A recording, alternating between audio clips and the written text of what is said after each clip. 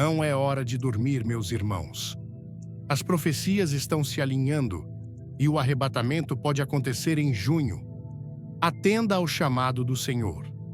Se o arrebatamento não é um evento distante, mas algo que poderia acontecer a qualquer momento, até mesmo neste mês, como nos adverte Jesus em Mateus 24, versículo 42.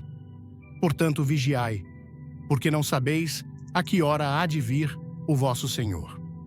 Esta declaração não é uma sugestão, é um alerta direto para despertarmos do letargo espiritual e nos prepararmos.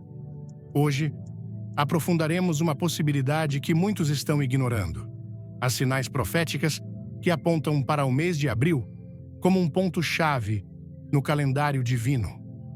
Mostraremos como a Bíblia e os acontecimentos atuais poderiam estar alinhados para marcar um momento crucial, revelando os passos para estarmos prontos espiritualmente e não sermos surpreendidos. Antes de começar, deixa um nos comentários se você crê que Cristo está voltando. Inscreva-se e assista até o final para uma revelação que vai mexer com seu coração. Estás pronto para entender o que Deus tem reservado para ti? Desde os tempos antigos, Deus usou os céus como sinais visíveis de sua vontade e dos tempos determinados em seu plano eterno. Não é por acaso que o livro de Gênesis nos diz que o sol, a lua e as estrelas não foram criados apenas para iluminar, mas também para indicar as estações e os dias determinados por Deus. Gênesis 1, versículo 14, declara: E disse Deus: haja luminares na expansão dos céus para separar o dia da noite, e sejam eles para sinais e para estações, e para dias e anos. Esta afirmação não é poética nem simbólica, é uma chave profética. Por isso, aprofundaremos por que o mês de abril, longe de ser apenas mais um mês no calendário, está sendo considerado por muitos estudiosos da profecia bíblica como um período marcado por um possível cumprimento divino de magnitudes eternas. Demonstraremos como Deus usou momentos específicos, alinhamentos celestiais, datas do calendário hebraico e padrões proféticos para falar ao seu povo, e por que abril poderia estar apontando diretamente para o evento mais esperado pela Igreja, o arrebatamento. Ao longo da história, cada vez que Deus agiu na Terra de maneira visível, o fez com um padrão perfeitamente cronometrado. Nada em seu plano é improvisado. Tudo está ordenado com uma precisão divina. O êxodo do Egito, a destruição do templo, a morte e ressurreição de Jesus, até mesmo o nascimento do Estado de Israel em 1948, ocorreram em datas marcadas e profetizadas com séculos de antecedência. Isso não é uma coincidência. A Bíblia está repleta de referências a tempos determinados, e cada um desses tempos esteve carregado de significado espiritual e cumprimento profético. Daniel 2, versículo 21, afirma claramente: Ele muda os tempos e as estações, remove reis e estabelece reis. Se Deus estabeleceu tempos para tudo, por que ignorar as sinais quando os céus começam a falar novamente? Abril não é um mês qualquer. No calendário hebraico, abril geralmente coincide com o mês de Nisan, um mês sagrado carregado de significado. Em Êxodo 12, Deus estabelece o mês de Nisan como o princípio dos meses, o início do calendário redentor, porque foi nesse mês que os israelitas saíram da escravidão no Egito. É também o mês em que Jesus foi crucificado e ressuscitou. É um mês de libertação, de julgamento sobre os opressores e de cumprimento de promessas. Em outras palavras, abril representa, na narrativa divina, um ponto de ruptura entre o velho e o novo, entre o sofrimento e a redenção, entre a opressão e a liberdade. Por isso, não pode passar despercebido. Quando nos encontramos com este mês, não estamos apenas atravessando um calendário humano, mas tocando uma dimensão espiritual, onde muitas vezes Deus decidiu intervir. Nos últimos anos, vimos como eventos cósmicos se alinham de maneira inexplicável precisamente nessas datas. Eclipses solares e lunares, luas de sangue, alinhamentos planetários incomuns, tudo apontando para momentos que não devem ser ignorados. Joel 2, versículo 31, adverte: o sol se converterá em trevas e a lua em sangue antes que venha o grande e terrível dia do Senhor. Este versículo, longe de ser simbólico, começou a tomar uma forma literal em nossos tempos. Várias vezes, durante o mês de abril, vimos eclipses lunares totais tingirem a lua de vermelho, coincidindo com as festas judaicas, como a Páscoa. Seria isso uma coincidência ou a repetição divina de um padrão que se aproxima cada vez mais de seu clímax? Em 2014 e 2015, ocorreu algo que muitos chamam de tetrada de luas de sangue. 4 luas vermelhas consecutivas, todas caindo em festas judaicas, 2 na Páscoa e 2 nos tabernáculos. O mundo observou isso como um fenômeno astronômico, mas aqueles que conhecem as Escrituras viram como um sinal dos céus. Desde então, a intensidade dos eventos mundiais aumentou, as tensões geopolíticas cresceram e os sinais espirituais se multiplicaram. E agora, novamente, abril surge no horizonte com novas sinais astronômicas e coincidências proféticas que fazem tremer a alma dos que estão atentos. Neste ano, um eclipse solar total atravessará partes da América do Norte, exatamente como ocorreu no eclipse de 2017. Naquela ocasião, o trajeto formou uma linha diagonal no mapa dos Estados Unidos. Este ano, outra linha cruzará na direção oposta, formando um X perfeito sobre o continente. Muitos chamaram esse cruzamento de um sinal de julgamento. Apocalipse 14, versículo 7, diz: temei a Deus e dai-lhe glória, porque é chegada a hora do seu juízo. Estarão os céus advertindo sobre uma intervenção divina iminente? Curta se sente o céu falando. Comente: vem, Senhor, e se inscreva para não perder o final surpreendente deste vídeo. Mas, além dos céus físicos, há um céu espiritual falando ao coração da igreja. Em muitas congregações, ministérios e grupos de oração, sentiu-se uma urgência incomum durante este tempo. Pastores intercessores, homens e mulheres de fé, começaram a ter sonhos, visões e impressões no espírito que apontam para um grande evento no horizonte. Não são previsões humanas, são avisos celestiais que coincidem com o que dizem as Escrituras. Atos 2, versículo 17, confirma: e acontecerá nos últimos dias, diz Deus, que derramarei do meu espírito sobre toda a carne. Vossos filhos e vossas filhas profetizarão. Estamos vivendo esses últimos dias, e a voz de Deus não está em silêncio. Somente aqueles com ouvidos espirituais poderão entendê-la. Recordo o testemunho de uma mulher cristã que começou a ter o mesmo sonho durante várias semanas consecutivas. Nele, ela via uma multidão vestida de branco subindo ao céu, enquanto uma grande luz descia sobre a terra. No início, pensou que era apenas uma ilusão de sua mente, mas, ao compartilhar com outros crentes, descobriu que muitos estavam sonhando coisas semelhantes. O mais impactante foi que todos esses sonhos começaram no mês de abril. Não foi até que ela leu primeiro Tessalonicenses 4, versículos 16 e 17, que entendeu a mensagem. Porque o Senhor mesmo, com voz de comando, com voz de arcanjo e com a trombeta de Deus, descerá do céu, e os mortos em Cristo ressuscitarão primeiro. Depois, nós, os que estivermos vivos, seremos arrebatados juntamente com eles nas nuvens, para o encontro com o Senhor nos ares. O arrebatamento não é uma teoria, é uma promessa. E as advertências já começaram. A Escritura nos lembra que Deus nunca executa juízo sem antes advertir.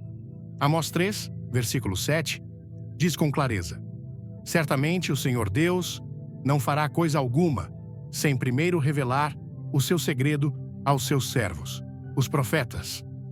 Não é estranho, então, que os corações estejam despertando com temor reverente. Há um clamor nos céus.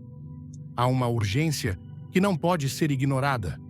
Há uma janela aberta sobre nossas cabeças e o céu grita: prepara-te. Abril não é um jogo, é um limiar, uma porta profética que poderia marcar o fim de uma era e o início de outra. A questão não é se Deus pode agir em abril. A verdadeira questão é: estás pronto se Ele o fizer?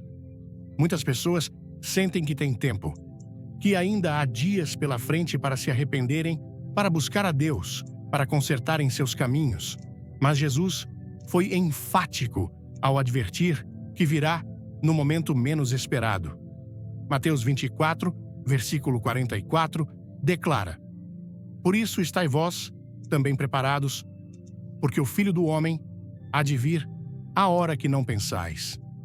Este não é o momento para especular, é o momento para agir. A fé verdadeira não é apenas crença, é obediência. E quando o céu se move, aqueles que conhecem o seu Deus movem-se com ele. Abril também representa um mês de Páscoa, e a Páscoa é mais que uma festa religiosa. É a comemoração do momento em que o sangue do Cordeiro salvou os israelitas da destruição. Êxodo 12, versículo 13 diz: o sangue vos será por sinal nas casas em que estiverdes. Quando eu vir o sangue, passarei por vós. Hoje esse sangue é o de Jesus, o Cordeiro de Deus, e somente aqueles que estão cobertos por ele poderão ser livrados do juízo que virá. O arrebatamento não será universal. Nem todos os que dizem Senhor, Senhor serão levados.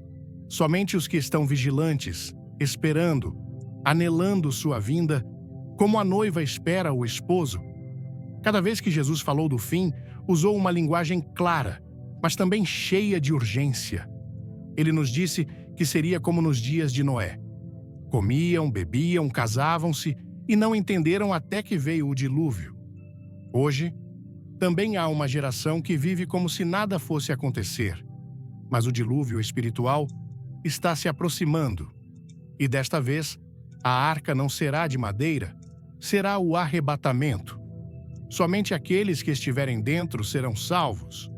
Quer saber mais sobre o arrebatamento? Comente 2 agora. Inscreva-se no canal e fique até o fim para um recado que Deus tem para você. As sinais estão aí. O calendário está correndo e abril poderia ser um encontro com a eternidade. Não dizemos isso para gerar medo, mas para acender uma fé ativa. O Espírito Santo está despertando aqueles que ouvem. E quem tem ouvidos, ouça o que o Espírito diz à igreja. Hoje, mais do que nunca, é tempo de erguer os olhos aos céus, porque nossa redenção está próxima. As advertências de Jesus não foram ambíguas, nem deixaram espaço para a indiferença. Foram palavras carregadas de urgência, clareza e compaixão. Cada frase, cada parábola, cada instrução que pronunciou tinha o propósito de preparar os seus para o tempo final. Em Mateus 24, versículo 42, ele disse com firmeza: vigiai, pois, porque não sabeis a que hora há de vir o vosso Senhor. Essa frase não foi dirigida apenas aos discípulos de então, mas a todos aqueles que formam o corpo de Cristo ao longo da história. O verbo vigiar implica uma ação constante, um estado de alerta espiritual que não se interrompe com o passar do tempo, nem com o desgaste da rotina. Jesus sabia que viriam dias em que muitos deixariam de esperar.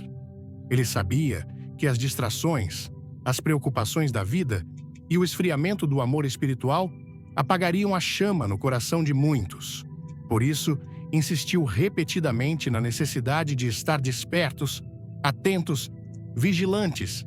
Em Marcos 13, versículos 35 a 37, ele disse: Vigiai, pois, porque não sabeis quando virá o Senhor da casa, se à tarde, se à meia-noite, se ao cantar do galo, se pela manhã, para que vindo de repente não vos ache dormindo. O que vos digo, digo a todos: vigiai. Esse chamado não era opcional, era uma condição essencial para estar preparado. Não se trata de uma espera passiva, mas de uma expectativa ativa e santa. A parábola das 10 virgens é uma das lições mais contundentes que Jesus deixou sobre a preparação para a sua vinda. Em Mateus 25, ele narra como 10 virgens saíram para receber o noivo, mas apenas 5 foram prudentes e levaram azeite suficiente em suas lâmpadas. As outras 5, embora esperassem o noivo, não se prepararam adequadamente. Quando o clamor da meia-noite anunciou a chegada, já era tarde demais para elas, a porta se fechou, e embora clamassem dizendo: Senhor, abre-nos, a resposta foi contundente: Em verdade vos digo que não vos conheço. Essa parábola não se refere a incrédulos ou a quem rejeitou a mensagem. Refere-se a pessoas que esperavam o noivo, que conheciam a promessa, mas que não vigiaram nem se mantiveram preparadas. O azeite representa a vida espiritual ativa, a comunhão com o Espírito Santo, a perseverança na fé. Jesus não falava por falar. Cada advertência era uma revelação do coração do Pai, que não quer que ninguém pereça, mas que todos cheguem ao arrependimento. Por isso, suas palavras não buscam infundir temor injustificado, mas despertar consciências. O apóstolo Pedro entendeu isso quando escreveu em 2 Pedro 3, versículo 9. O Senhor não retarda a sua promessa, ainda que alguns a tenham por tardia, mas é longânimo para convosco, não querendo que ninguém se perca, mas que todos venham a arrepender-se. No entanto, essa paciência não deve ser confundida com permissividade. O mesmo capítulo adverte que o dia do Senhor virá como ladrão na noite. Virá sem anúncio prévio, sem margem para preparação de última hora. Antes de tudo, clica no like se você está vigiando. Comente amém e se inscreva. O final deste vídeo vai te deixar sem palavras. O chamado a vigiar implica também estar sóbrios, manter a mente clara, livre de contaminação. Em 1 Tessalonicenses 5, versículo 6, o apóstolo Paulo retoma a exortação: Não durmamos, pois, como os demais, mas vigiemos e sejamos sóbrios. A sobriedade espiritual não é frieza, é foco. É viver consciente de que cada dia conta, cada decisão importa, e cada momento é uma oportunidade para honrar ao Senhor. A vida cristã não pode ser vivida com apatia ou negligência quando estamos tão próximos do cumprimento final. O arrebatamento não será anunciado com cartazes visíveis, mas com a trombeta dos céus, que somente ouvirão aqueles que estão em Cristo e vivem conforme sua vontade. Jesus também advertiu sobre a atitude do servo que diz em seu coração: Meu Senhor tarda em vir, e começa a viver como se não tivesse que prestar contas. Em Lucas 12, versículos 45 e 46, apresenta-se esse quadro com intensidade. Mas e se aquele servo disser em seu coração: O meu senhor tarda em vir, e começar a espancar os criados e as criadas, e a comer, a beber e a embriagar-se, virá o senhor daquele servo no dia em que não o espera e na hora que não sabe, e o castigará com rigor. Esse trecho revela o grande perigo da comodidade espiritual de viver sem a expectativa da vinda do Senhor. Não basta crer no arrebatamento. É necessário viver como se pudesse acontecer hoje. Essa é a verdadeira fé. Uma fé que vigia, que espera, que se mantém acesa, mesmo quando parece que o noivo tarda. A geração que viu Israel tornar-se nação em 1948 foi considerada por muitos estudiosos como a geração do cumprimento. Jesus disse em Mateus 24, versículo 34: Em verdade vos digo que não passará esta geração até que tudo isso aconteça. Essa afirmação, em seu contexto profético, levou muitos a considerarem que o relógio profético está nos seus últimos minutos. Não há espaço para a indiferença. Os sinais estão diante dos nossos olhos, e a palavra de Deus foi fiel em apontar o caminho. A única resposta válida diante desse panorama é uma vida consagrada, alinhada com a urgência dos céus. O apóstolo João, em Apocalipse 3, versículo 3, também transmite uma mensagem de Cristo ressuscitado que reforça esse chamado.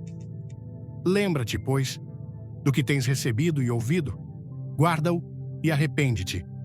Se não vigiares, virei sobre ti como ladrão, e não saberás a que hora virei sobre ti. Aqui não há lugar para desculpas. A mensagem é clara. Quem não vigia não será advertido. Quem não se mantém desperto será surpreendido. O linguagem usado por Jesus não é figurativo, é direto. Ele virá como ladrão, não por malícia, mas por justiça. Virá por aqueles que o esperam e deixará para trás os que viveram como se ele nunca fosse voltar. Esse chamado a vigiar está intimamente ligado à oração. Em Lucas 21, versículo 36, Jesus exorta: Vigiai, pois, a todo o tempo, orando para que sejais havidos por dignos de escapar de todas estas coisas que hão de acontecer e de estar em pé diante do Filho do Homem. A oração não é apenas uma disciplina, é uma evidência de comunhão. É por meio da oração constante que o coração se mantém sensível, alinhado com o Espírito, atento a sinais dos céus. Vigiar sem orar é como vigiar sem luz. É necessário cultivar uma relação constante com o Senhor para não ser surpreendido pela escuridão espiritual que cobre o mundo. Jesus deixou claro que nos últimos tempos, muitos seriam enganados e até os escolhidos correriam perigo se não se mantivessem firmes. Em Mateus 24, versículo 24, ele advertiu: Porque surgirão falsos cristos e falsos profetas, e farão tão grandes sinais e prodígios que, se possível fora, enganariam até os escolhidos. Esse engano tem como objetivo distrair, enfraquecer, adormecer. Por isso, o chamado a vigiar não é apenas por si mesmo, mas por toda a comunidade de fé. É uma responsabilidade espiritual. Cada crente é chamado a ser atalaia, a estar na torre de vigilância espiritual, discernindo os tempos, exortando os outros e mantendo-se firme na verdade. A palavra não deixa espaço para dúvidas. Hebreus 10, versículo 37 declara: Porque ainda há um poucochinho de tempo, e o que há de vir, virá, e não tardará. Essa promessa não depende de emoções humanas nem de interpretações. Está escrita: Jesus virá, e o tempo de sua vinda está mais próximo do que nunca. Quem ouve estas palavras tem uma oportunidade única de ajustar sua vida, renovar seu compromisso e reacender a chama da esperança. Não há maior tragédia que conhecer a verdade e viver como se fosse uma mentira. A fé verdadeira age. A fé verdadeira se prepara. A fé verdadeira não dorme. Jesus deixou um modelo de vigilância, mesmo em meio à dor, no Getsêmani. Antes de enfrentar a cruz, ele pediu aos seus discípulos que vigiassem com ele. Mateus 26, versículo 40, relata que, ao voltar de orar, os encontrou dormindo e disse a Pedro: Então, nenhuma hora pudestes vigiar comigo? Essa pergunta segue ressoando hoje. Será que a igreja deste tempo também não poderá vigiar uma hora, enquanto o céu se abre e os juízos se aproximam? Vigiar é também viver com as mãos limpas e o coração puro. Salmo 24, versículos 3 e 4, pergunta: Quem subirá ao monte do Senhor, ou quem estará no seu lugar santo? O que é limpo de mãos e puro de coração. A preparação para o arrebatamento não é apenas emocional, é moral, espiritual, profunda.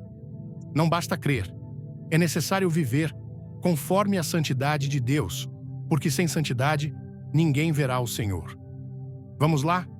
Deixa um 3 nos comentários se está pronto para o arrebatamento, inscreva-se e não pule o final. Tem algo especial esperando por você. Essa verdade não mudou e nunca mudará. Tudo o que Jesus falou sobre o fim não foi para gerar pânico, mas para despertar uma fé viva, uma fé que espera com gozo, que se prepara com reverência, que vive cada dia com a certeza de que Ele vem. O arrebatamento não será uma surpresa para os que vigiam, será a culminação de sua esperança, o cumprimento da promessa. Tito 2, versículo 13, expressa isso assim: aguardando a bem-aventurada esperança e o aparecimento da glória do nosso grande Deus e Salvador Jesus Cristo. Essa é a esperança que sustenta o crente e que deve despertar neste momento. O relógio dos céus não para. As sinais se intensificam. As palavras de Jesus ressoam mais fortes do que nunca. O chamado a vigiar não é uma sugestão, é uma ordem urgente. Cada segundo que passa é um passo mais próximo do cumprimento. Quem tiver ouvidos para ouvir, ouça. Quem estiver dormindo, desperte, porque o noivo já está a caminho. Uma das advertências mais fortes das Escrituras não é dirigida aos incrédulos, mas àqueles que fazem parte visível do povo de Deus e que, sem perceber, caíram em uma profunda sonolência espiritual. Essa condição não se manifesta de maneira abrupta, mas desliza lentamente, como uma névoa que envolve os sentidos. Apaga a consciência do tempo e desvia o olhar do objetivo eterno. Jesus, sabendo que isso aconteceria, falou repetidamente do risco de ficar dormindo nos momentos mais críticos do plano divino. Ele não se referia a um sono físico, mas a um estado da alma que deixou de discernir os tempos, de buscar sua presença e de viver com expectativa. Em Romanos 13, versículo 11, o apóstolo Paulo escreve com clareza inegável: e isso, sabendo o tempo, que já é hora de despertardes do sono, porque agora está mais perto de nós a nossa salvação do que quando cremos. Esse trecho é uma trombeta que ressoa com urgência. O sono espiritual não é neutro, é perigoso. Adormece a percepção do pecado, enfraquece a paixão pelas coisas de Deus e transforma a esperança em apatia. Muitos continuam frequentando igrejas, repetindo orações, participando de atividades, mas seus corações perderam a intensidade do primeiro amor. Deixaram de vigiar, deixaram de esperar, e o mais grave é que não o reconhecem. Apocalipse 3, versículos 1 a 2, contém uma advertência direta à igreja de Sardes, uma congregação que tinha fama de estar viva, mas que na realidade estava morta. Eu conheço as tuas obras, que tens nome de que vives e estás morto. Sê vigilante e confirma o restante que estava para morrer. Esse diagnóstico divino desmonta qualquer fachada religiosa. Não basta ter a aparência de vida. O que o céu avalia é a realidade espiritual interna. Jesus não está impressionado pela atividade externa, mas pela autenticidade do coração. Quando uma igreja deixa de vigiar, mesmo mantendo sua estrutura visível, torna-se um corpo sem fôlego, incapaz de responder à voz do noivo. A parábola das 10 virgens, tão relevante para esses tempos, mostra que todas se adormeceram enquanto o noivo tardava. Não foram apenas as insensatas, também as prudentes adormeceram. Isso revela que o letargo espiritual pode alcançar até aqueles que caminhavam fielmente, se não mantiverem uma vigilância constante.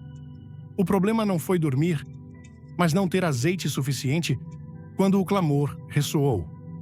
O azeite simboliza uma relação ativa com o Espírito Santo, uma vida saturada de sua presença, cultivada em oração, consagrada em obediência. Na ausência desse azeite, não há luz, não há discernimento, não há preparação real. Uma igreja adormecida é uma igreja vulnerável. Perde a capacidade de distinguir a verdade do erro, a santidade da aparência, o eterno do passageiro. Em Mateus 26, durante a noite mais escura do ministério terreno de Jesus, seus discípulos não conseguiram vigiar com ele nem por uma hora. Enquanto o Salvador agonizava em oração, eles sucumbiram ao sono. Então, nem uma hora pudestes vigiar comigo? Disse ele. Essa pergunta não perdeu sua validade. A igreja de hoje também foi chamada a vigiar com ele, a estar atenta nos momentos em que o céu se abre para executar o próximo passo do plano divino.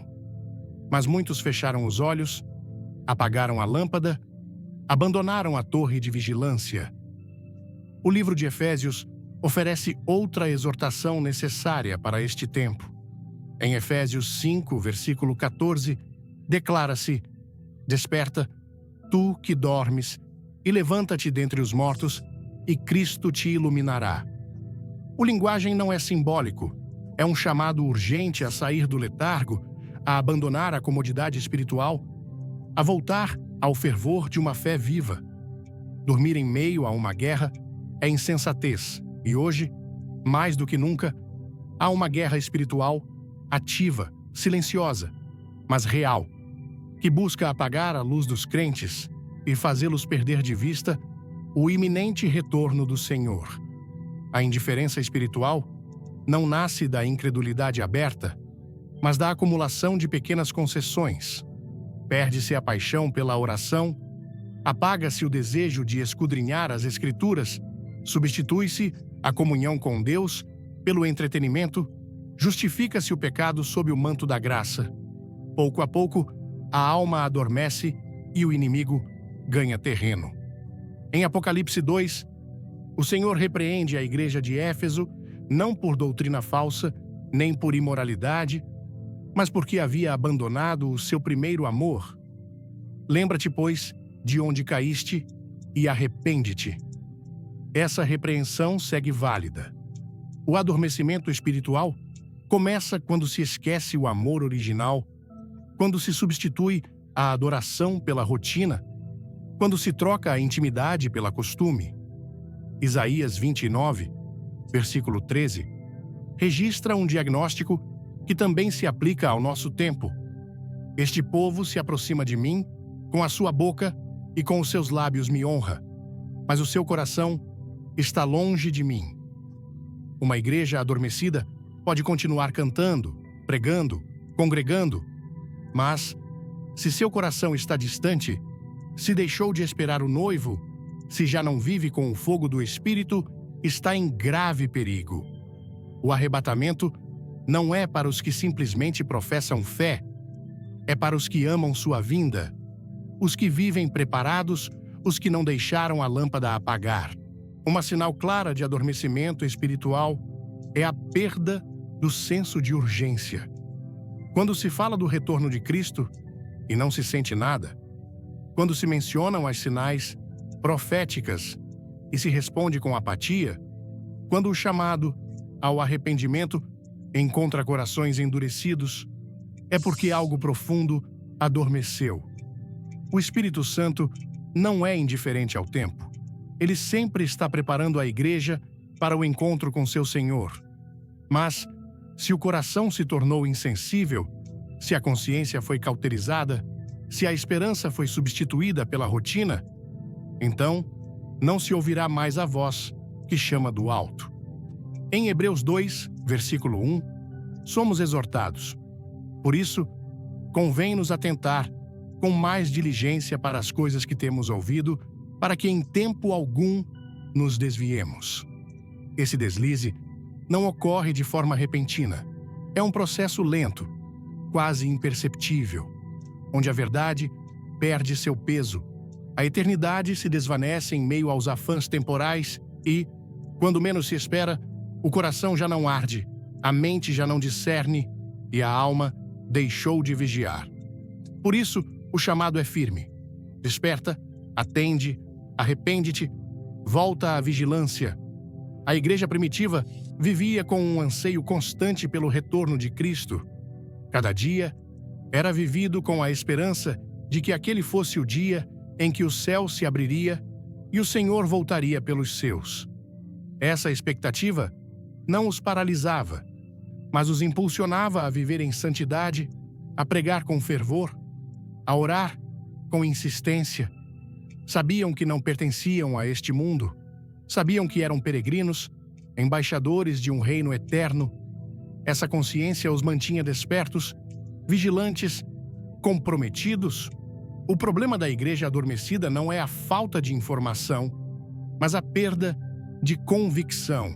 Conhecem as promessas, ouviram as advertências, mas já não vivem conforme elas. Quando se perde o temor reverente de Deus, abre-se a porta para a mornidão. Em Apocalipse 3, versículos 15 e 16, Jesus diz à igreja de Laodiceia: "Conheço as tuas obras, que nem és frio nem quente. Oxalá foras frio ou quente. Assim, porque és morno e não és frio nem quente, vomitar-te-ei da minha boca." A mornidão é a consequência natural do sono espiritual. É uma fé diluída, uma devoção seletiva, uma obediência parcial, e o céu não aprova esse estado. O arrebatamento não ocorrerá para despertar os que dormem, mas para levar os que vigiam. O Espírito está falando com clareza. Há um clamor dos céus, uma voz que chama a igreja a despertar, a voltar ao lugar secreto, a recuperar a urgência do tempo profético em que vivemos. Este não é uma mensagem de condenação, mas um chamado de amor. Deus não deseja que seu povo seja surpreendido. Ele deu todas as sinais, enviou sua palavra, derramou seu espírito, multiplicou os avisos, mas cada coração deve decidir se permanece dormindo ou se levanta com diligência para se preparar. Não há lugar para neutralidade. Quem não vigia, se expõe. Quem não se prepara, ficará para trás. O momento do arrebatamento será repentino, irreversível e glorioso. Somente os que permaneceram com as lâmpadas acesas, com o azeite do Espírito enchendo seus corações, serão levados. Os demais ficarão na noite, buscando portas que já estarão fechadas. Jesus o disse com clareza em Lucas 17, versículos 34 a 36. "Digo-vos que naquela noite estarão 2 numa cama. Um será tomado e o outro será deixado. 2 mulheres estarão juntas, moendo. Uma será tomada e a outra será deixada." Não haverá margem para improvisar. Não haverá espaço para desculpas. O tempo de preparar-se é agora. As advertências dos céus não são novas. Foram proclamadas desde o princípio, mas hoje, mais do que nunca, ressoam com força. O sono espiritual não pode mais ser tolerado. A indiferença não pode mais ser justificada. A igreja deve despertar, porque o noivo vem. As palavras de Jesus não foram dadas ao acaso, nem escritas como advertências poéticas sem aplicação prática. Cada uma de suas declarações tinha uma intenção clara: preparar o crente para os tempos difíceis que viriam antes do cumprimento glorioso de seu retorno. E entre todas as suas mensagens, há uma que ressoa com mais força à medida que os dias avançam: os sinais visíveis nas nações, acontecimentos palpáveis, mudanças irreversíveis, transformações sociais, espirituais e políticas que revelam de forma contundente que o mundo se aproxima de um ponto de ruptura profetizado há séculos. Jesus disse em Mateus 24, versículos 6 e 7: "E ouvireis de guerras e rumores de guerras, vede, não vos assusteis, porque é necessário que isso tudo aconteça, mas ainda não é o fim. Porquanto se levantará nação contra nação, e reino contra reino, e haverá fomes, e pestes, e terremotos em vários lugares." Essas palavras não fazem parte de uma ficção apocalíptica. são a radiografia exata do nosso tempo. O que parecia distante para gerações anteriores, hoje é evidente em cada canto do planeta. As nações já não escondem sua agitação. A própria Terra parece gemer. As guerras deixaram de ser fatos isolados para se tornarem conflitos simultâneos que ameaçam a estabilidade global. As tensões entre potências crescem, os armamentos se multiplicam e os acordos de paz se desmoronam com uma rapidez que já não surpreende. Mas não se trata apenas de guerras físicas. Há também guerras ideológicas, guerras culturais, guerras espirituais que estão dividindo sociedades inteiras, semeando confusão nos corações e enfraquecendo os pilares da verdade. Em meio a esse cenário, o crente não pode permanecer passivo. Quem entende os tempos discerne que a sacudida não é fortuita, mas profética. Quando Jesus falou de sinais, não se referia apenas a desastres naturais ou eventos políticos. Ele também antecipou uma transformação interna na humanidade, o aumento do engano e da apostasia. Em Mateus 24, versículo 11, ele advertiu: "E surgirão muitos falsos profetas e enganarão a muitos." Não disse alguns, mas muitos. E esse muitos não se limita aos incrédulos, mas alcança até aqueles que outrora caminhavam na fé. O espírito de engano não se manifesta apenas em mentiras evidentes, mas em distorções sutis da verdade, em doutrinas contaminadas que misturam a palavra com a cultura, a mensagem do reino com filosofias humanas. É uma corrupção progressiva que enfraquece a fé, silencia o arrependimento e entroniza a vontade do homem acima da de Deus.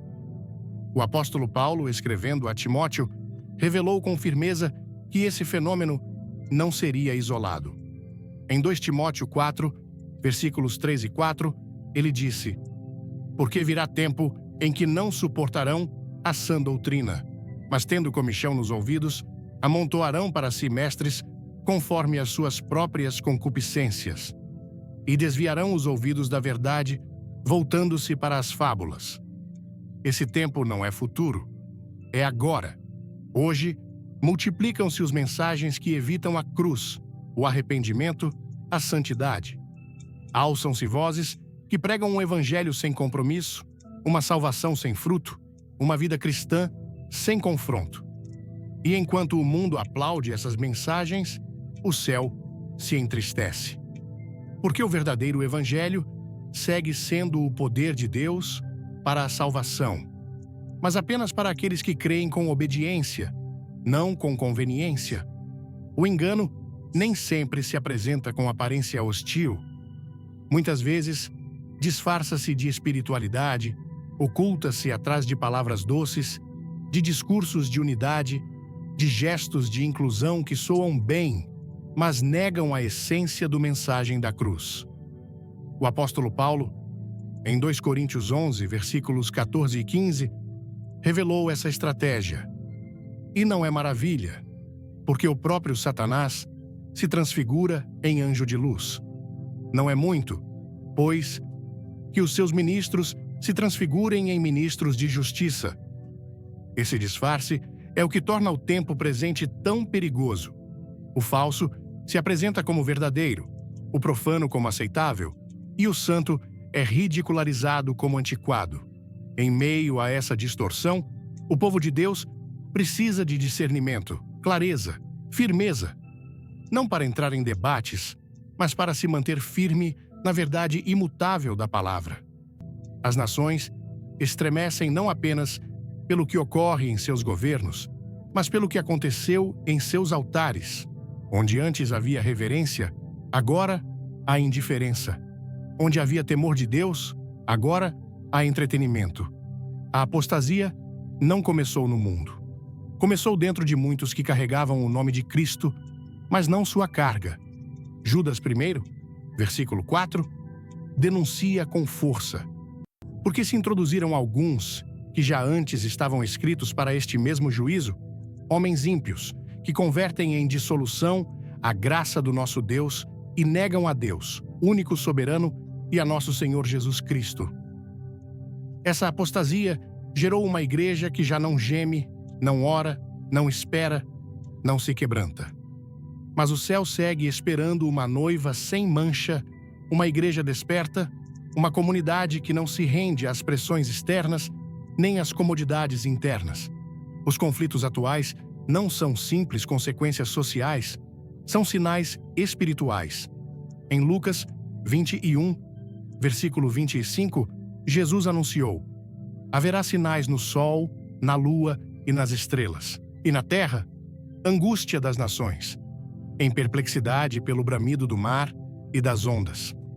Essa angústia das nações é parte do anúncio, o temor coletivo, a desesperança, a sensação de que algo grande se aproxima não é casualidade.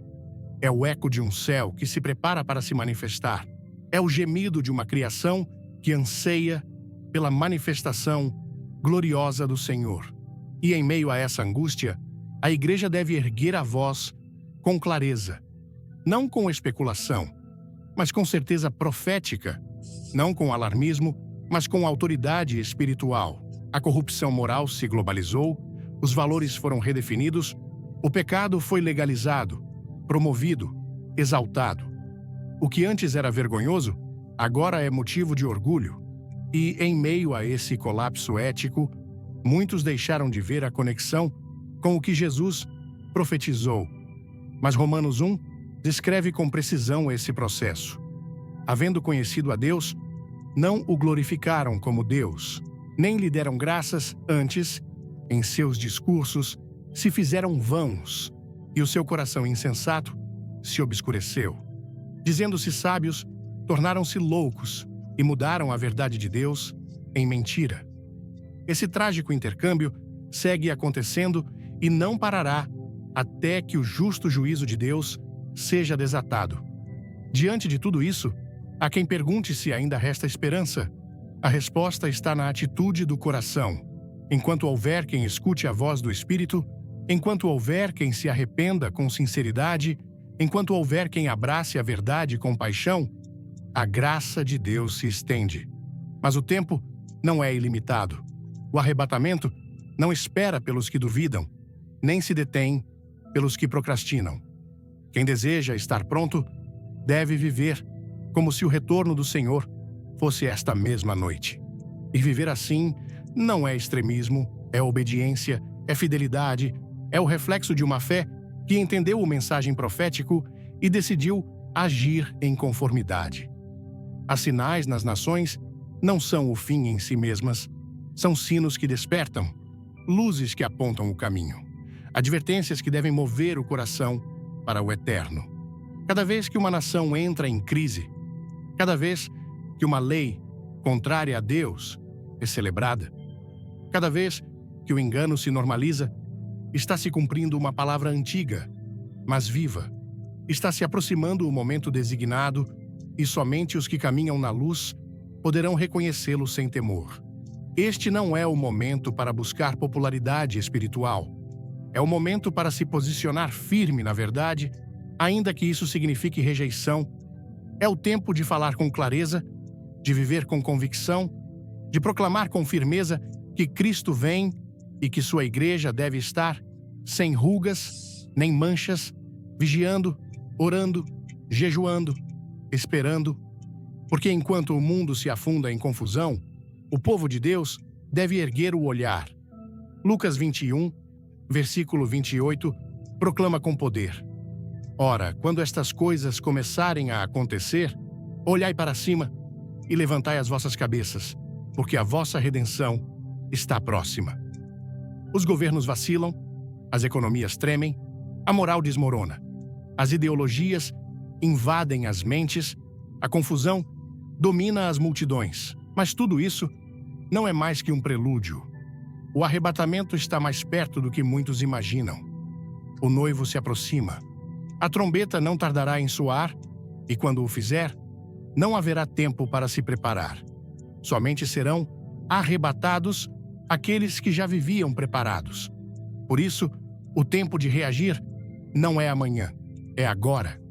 O arrebatamento não é uma metáfora espiritual, nem um recurso simbólico para consolar os crentes em tempos de angústia.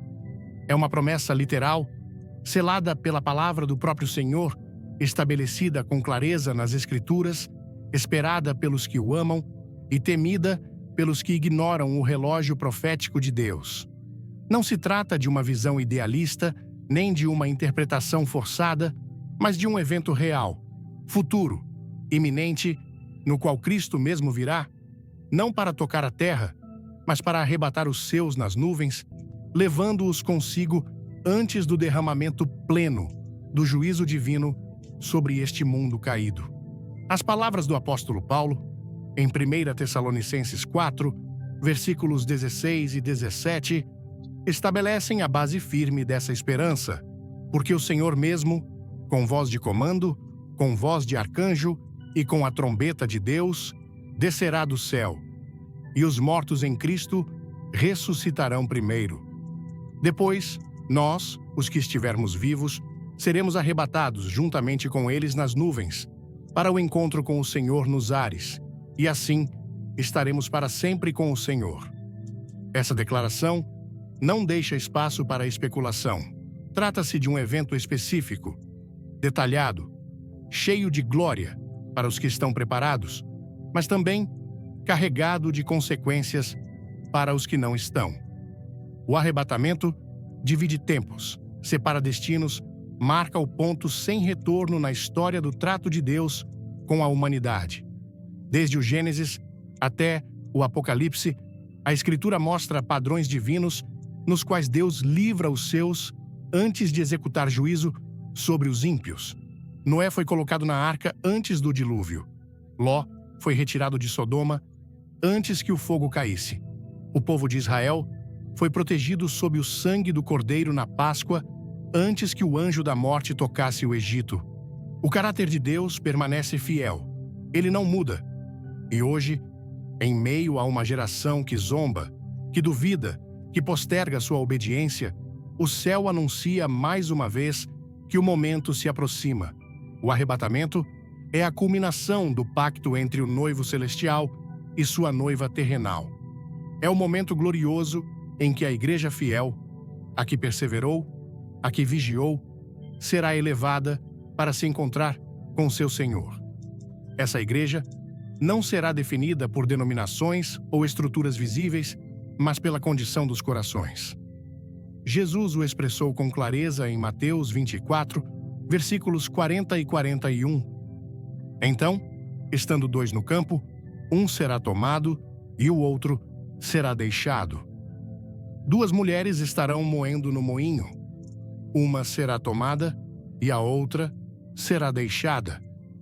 Essa separação será repentina, irreversível e definitiva. Não haverá anúncios visíveis prévios. Não haverá segundas chances naquele momento. Somente os que estiverem prontos serão levados. Muitos reduziram o arrebatamento a uma doutrina periférica, como se fosse uma especulação teológica sujeita a debate. Mas o Novo Testamento o apresenta como um eixo central da esperança cristã. Em 1 Coríntios 15, versículos 51 e 52, Paulo insiste: Eis aqui vos digo um mistério. Nem todos dormiremos, mas todos seremos transformados, num momento, num abrir e fechar de olhos, ao som da última trombeta, porque a trombeta soará e os mortos ressuscitarão incorruptíveis, e nós seremos transformados. Esse mistério não é confusão, é revelação. O câmbio será súbito, glorioso, inegável, e aqueles que não estiverem preparados não terão tempo de reagir. O arrebatamento também é uma advertência, porque enquanto para uns será a redenção, para outros será o início de uma angústia sem medida. Será o momento em que muitos compreenderão com dor que os sinais eram reais, que as advertências eram verdadeiras, que o tempo da graça lhes escapou entre os dedos. Jesus o disse em Mateus 24, versículo 30, Então aparecerá no céu o sinal do Filho do Homem, e todas as tribos da terra se lamentarão. Esse lamento não é o dos fiéis, é o dos que sabiam e não creram, dos que ouviram e não obedeceram, dos que tinham lâmpadas, mas sem azeite. O evento será glorioso para os santos, mas devastador para os que permanecerem, porque imediatamente após o arrebatamento serão desencadeados tempos de aflição como o mundo nunca viu. Jesus advertiu em Mateus 24, versículo 21, porque haverá então grande tribulação, como nunca houve desde o princípio do mundo até agora, nem haverá. A terra será entregue a uma série de juízos que, embora justos, serão insuportáveis para aqueles que não estiverem sob a cobertura do Cordeiro. Por isso, o arrebatamento é mais que uma promessa. É um divisor de águas, um ato de justiça e amor para os redimidos e um sinal de juízo para os que rejeitaram a verdade. O Espírito Santo está preparando a igreja verdadeira para esse momento. Não com emoções superficiais, mas com convicções firmes, com chamados ao arrependimento, com urgência espiritual. Apocalipse 3, versículo 10, contém uma promessa direta aos que perseveram. Porquanto guardaste a palavra da minha paciência, também eu te guardarei da hora da provação que há de vir sobre todo o mundo. Essa guarda não é evasão, é redenção. É o cumprimento de uma promessa feita aos que permaneceram fiéis em meio a um mundo que resiste à verdade. O mundo não se prepara, as nações não se arrependem, o sistema global caminha para seu juízo, mas há um remanescente, há uma noiva que se está adornando, que se está purificando, que decidiu esperar com fidelidade, e essa igreja não será surpreendida. Paulo o afirma em 1 Tessalonicenses 5, versículos 4 a 6. Mas vós, irmãos, não estáis em trevas, para que aquele dia vos surpreenda como ladrão. Não durmamos, pois, como os demais, mas vigiemos e sejamos sóbrios. O arrebatamento surpreenderá o mundo, mas não os que vigiam. A pergunta que deve ressoar no fundo de cada alma é clara: estou pronto para ser levado? Porque não há espaço para dúvida. Não se trata de frequentar uma igreja ou conhecer as profecias, trata-se de ter uma vida rendida, uma fé ativa, uma santidade real. O Senhor vem por uma igreja sem mancha nem ruga, e somente o Espírito pode preparar essas vestes brancas. O momento de assegurá-lo é agora, não depois. Em meio a uma geração que vive como se nada estivesse por acontecer, a trombeta do céu já começou a soar nos corações sensíveis. Já não há tempo para duplicidade de ânimo. Já não há espaço para indiferença. Quem ama sua vinda se prepara. Quem espera seu retorno vive vigilante. Quem crê em sua palavra caminha em obediência. Porque o arrebatamento não será anunciado com boletins nem proclamado em meios humanos. Será como um relâmpago que sai do Oriente e se mostra até o Ocidente. E somente os que estiverem em Cristo serão transformados num instante. O mundo verá o vazio que a igreja deixa, mas não compreenderá imediatamente o que aconteceu. Tentará dar explicações, inventará teorias, buscará justificar o que não pode controlar, mas o céu saberá que foi o cumprimento de uma promessa antiga. Foi a resposta do noivo a uma noiva que o aguardava com fidelidade. Foi o fim do tempo de preparação e o início da consumação. O arrebatamento não é uma ameaça, é uma promessa. Mas, como toda promessa divina, implica uma resposta. Deus não forçará ninguém a ir com ele. Não arrastará os que não o amam. Virá pelos seus, pelos que foram lavados, pelos que permaneceram fiéis, pelos que não cederam ao engano do mundo. Esse dia marcará o fim da espera. O céu se abrirá, e os que estiverem preparados subirão. E quando isso ocorrer, será tarde demais para os que ficarem. Por isso, o chamado é agora, não amanhã. Não quando as coisas parecerem mais sérias. Não quando outros começarem a agir. O momento é este. O coração que ouve deve responder com reverência. A fé que crê deve transformar-se em ação. A alma que anseia deve despertar, porque o noivo vem. Estar pronto para o arrebatamento não é uma ideia simbólica nem um conceito subjetivo. É uma realidade espiritual que se manifesta na forma como vives cada dia, na profundidade de tua relação com Deus, na decisão intencional de caminhar conforme o Espírito, não a carne. Jesus disse em Lucas 21, versículo 36, Vigiai, pois, a todo tempo, orando para que sejais havidos por dignos de escapar de todas estas coisas que hão de acontecer e de estar em pé diante do Filho do Homem. Esse mandato implica ação, determinação, santidade. Não fala de um cristianismo superficial, mas de uma entrega total. A preparação não começa quando os sinais se intensificam. Começa agora, no secreto, na maneira como tratas tua comunhão com Deus, na pureza de teus pensamentos, na verdade de tuas palavras. O arrebatamento não ocorrerá para despertar a igreja, mas para tomar os que já estavam despertos, aqueles que fizeram de sua vida um altar, que decidiram crucificar suas paixões e viver sob a guia do Espírito. Romanos 8, versículo 14, estabelece com clareza: porque todos os que são guiados pelo Espírito de Deus, esses são filhos de Deus. Quem espera a Cristo vive sob seu governo. Não busca acomodar-se ao mundo, mas agradar ao Rei. A preparação não é um conjunto de normas, é um estado da alma. É permanecer na palavra, não apenas lendo-a, mas obedecendo-a. É perdoar, amar, servir e também apartar-se do pecado sem justificativas. É viver como se cada dia pudesse ser o último, mas com a esperança viva de que, se esse dia chegar, estarás pronto.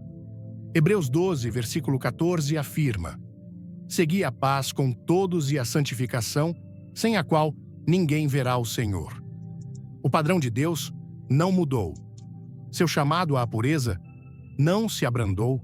Ele vem por uma igreja sem mancha. Há uma urgência no ar. Não se pode seguir adiando decisões eternas. É tempo de deixar o que atrapalha, de fechar portas ao pecado, de abandonar as desculpas, de tomar a cruz e seguir a Cristo sem olhar para trás. O céu não espera pelos indecisos, espera pelos rendidos. Quem ama a sua vinda se consagra. Quem entende os tempos se purifica, porque sabe que sua redenção está próxima. Mateus 24, versículo 44, fecha com uma advertência que hoje retumba com força. Por isso, estai vós também preparados, porque o Filho do Homem há de vir a hora que não pensais. A preparação não é uma opção, é a única resposta possível a uma promessa que está prestes a se cumprir. O tema do arrebatamento, tão profundamente explorado nesta mensagem, não é apenas uma doutrina ou uma promessa futura, é um chamado vibrante à ação, um convite urgente para vivermos com propósito, fé e santidade em um mundo que se agita em confusão. Como brasileiros, somos um povo caloroso, apaixonado e profundamente conectado à espiritualidade. Nossa cultura, marcada por celebrações vibrantes, como o Carnaval, e por momentos de comunhão em igrejas lotadas, reflete um coração que anseia por significado e conexão com o divino. A mensagem do arrebatamento toca esse coração, desafiando-nos a olhar além das festas, das lutas diárias e das distrações para focar no eterno. Ao refletir sobre as palavras de Jesus em Mateus 24:44, por isso, estai vós também preparados, porque o Filho do Homem há de vir a hora que não pensais. Sinto uma urgência que não pode ser ignorada. Este não é um convite para especular sobre datas como abril, mas para transformar nossa maneira de viver hoje. Cada versículo citado, desde Gênesis 1:16 até 1 Tessalonicenses 4, 16 até 17, revela um Deus que fala por meio de sinais, tempos e promessas, sempre apontando para a redenção. O que me toca profundamente é a constância do chamado de Deus. Ele não deseja que ninguém pereça, 2 Pedro 3,9, mas que todos se preparem. Isso me faz lembrar de nossas reuniões familiares no Brasil, onde todos se reúnem ao redor da mesa, compartilhando histórias e risadas. Assim como nesses momentos, ninguém quer ficar de fora. Deus nos convida a estar à mesa da eternidade, mas isso exige vigilância. A primeira lição que extraio é a necessidade de viver com um senso de urgência espiritual. No Brasil, muitas vezes, vivemos o deixa para amanhã. Mas o arrebatamento nos lembra que o amanhã não está garantido. Cada dia é uma oportunidade para renovar nosso compromisso com Deus, para orar com fervor, para perdoar, para amar e para abandonar o pecado. Isso significa dizer não às distrações que nos afastam do propósito eterno, sejam as redes sociais, as novelas ou até mesmo as preocupações com o trabalho. Em nossas cidades vibrantes, como Rio de Janeiro ou São Paulo, onde a vida pulsa rápido, é fácil esquecer o eterno. Mas a mensagem do arrebatamento é um lembrete. O relógio de Deus não para. Aplica-se isso vivendo intencionalmente, dedicando tempo à oração e à leitura da Bíblia, como fazemos ao reservar tempo para um churrasco em família. A segunda lição é sobre a santidade. Hebreus 12:14 diz que sem santificação ninguém verá o Senhor. No contexto brasileiro, onde a fé é expressa com paixão, santidade não significa frieza ou isolamento, mas uma vida que reflete o amor de Cristo em cada atitude. É ser honesto no trabalho, mesmo quando todos ao redor dão um jeitinho. É perdoar um vizinho que nos ofendeu, como fazemos quando resolvemos conflitos em nossas comunidades. É escolher viver para Deus, mesmo quando a cultura ao nosso redor celebra o pecado. Essa santidade prática nos prepara para o arrebatamento, como uma noiva que se adorna com alegria para o noivo, uma imagem que ressoa com nossas tradições de casamentos cheios de festa e emoção. Outra lição é a importância da comunidade. No Brasil, somos movidos por laços familiares e amizades. A parábola das 10 virgens, Mateus 25, nos ensina que a preparação não é apenas individual, mas coletiva. Devemos encorajar uns aos outros a vigiar, como fazemos quando nos reunimos em cultos ou grupos de oração. Quantas vezes, em nossas igrejas, vimos irmãos se levantarem para orar juntos, compartilhar testemunhos e fortalecer a fé uns dos outros? Essa comunhão é essencial para manter a lâmpada acesa, cheia do azeite do Espírito Santo. Aplico isso buscando estar mais presente na minha igreja local, apoiando irmãos em suas lutas e sendo um atalaia que alerta com amor. Por fim, aprendo que o arrebatamento é uma promessa de esperança, não de medo. No Brasil, enfrentamos desafios diários, desigualdade, violência, incertezas econômicas, mas a promessa de 1 Coríntios 15:51-52, de que seremos transformados num abrir e fechar de olhos, me enche de coragem. É como esperar o nascer do sol em Copacabana, sabendo que a luz virá, não importa quão escura seja a noite. Aplico isso vivendo com alegria, compartilhando a esperança de Cristo com meus amigos, colegas e família, como compartilhamos um prato de feijoada em um domingo ensolarado. Essa mensagem me desafia a não ser apenas um ouvinte, mas um praticante da palavra. Não posso apenas assistir a um vídeo ou ouvir um sermão e seguir a vida como se nada tivesse mudado. O arrebatamento é um chamado a despertar, a viver com propósito, a amar com intensidade e a esperar com fé. Em um país onde o coração pulsa forte, onde a fé é vivida com paixão, essa mensagem ressoa como um tambor de escola de samba, chamando-nos a dançar ao ritmo do céu. Que possamos responder com um sim vibrante, ajustando nossas vidas para estarmos prontos quando o noivo vier. Se esta mensagem tocou seu coração, não guarde só para você. Clique no like, compartilhe com seus amigos e familiares e inscreva-se no canal para não perder nenhuma palavra de Deus. Deixe nos comentários um amém ou um se você está vigiando e esperando pelo Senhor. Assista até o final, porque há uma revelação especial que pode transformar sua fé. Vamos juntos despertar para o chamado do céu, Brasil. Cristo vem e o tempo é agora.